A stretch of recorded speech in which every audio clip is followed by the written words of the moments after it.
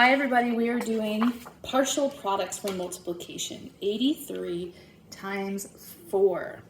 Partial products means you're taking big numbers like this one and you're splitting them into parts and then you're multiplying the parts, and it's a lot easier than if you try to multiply the big number all together. The first step is to take this number 83, green, blue. You're going to put it in expanded form along the top here. So that 8 is really 80. The 3 is a 3. And then you'll multiply against the 4 because the 4 is on the other side here. So it's a separate number. We're going to do 2 multiplication problems and then just add it all together at the end. 80 times 4 and 3 times 4. So for 80 times 4, you're going to cover the 0 and just do 8 times 4. And then whatever you get, you'll add that 0 back in.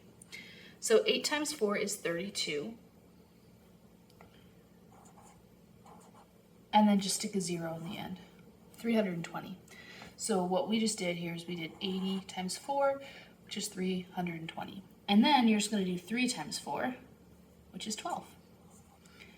So we did 80 times 4, which is 320, and then 3 times 4, which is 12. And now you're just going to add them together, and then you're all finished.